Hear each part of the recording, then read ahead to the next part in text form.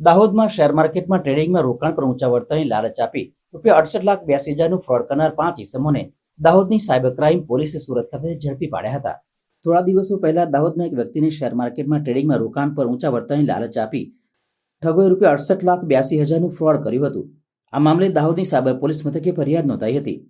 ફ્રોડના ગુનાની ગંભીરતાને ધ્યાનમાં લઈને દાહોદ જિલ્લા પોલીસ વડા દ્વારા આ મામલે સઘન તપાસના આદેશ સાથે આરોપીઓને તાત્કાલિક ધોરણે પકડી પાડવા માટે દાહોદની સાયબર પોલીસને જરૂરી સૂચના અને માર્ગદર્શન આપતા દાહોદની સાયબર પોલીસ દ્વારા તપાસનો ધમધમાટ આરંભ કર્યો હતો, જેમાં ઘટના પ્રમાણે ફરિયાદીને આરોપીઓ દ્વારા વોટ્સએપ ઉપર એક લિંક મોકલી હતી અને એપ્લિકેશન ડાઉનલોડ કરાવી રોકાણ માટે ઊંચા વળતરની લાલચ આપી હતી। અલગ અલગ સમયે ખાતાઓમાં ₹68,82,000 રોકાણ સામે એપ્લિકેશનમાં કુલ ₹1,83,58,583 બતાવતા ફરિયાદી દ્વારા રૂપિયા ઉપાડવા જતા વધુ 40 લાખનું રોકાણ કરવા જણાવાયું હતું। ત્યારે ફરિયાદીને પોતે છેતરાયો અને પોતાની સાથે છેતરપિંડી થઈ હોવાનું માલુમ પડ્યું હતું અને ફરિયાદી દ્વારા આ મામલે દાહોદની સાયબર પોલીસમાં ફરિયાદ નોંધાવી હતી।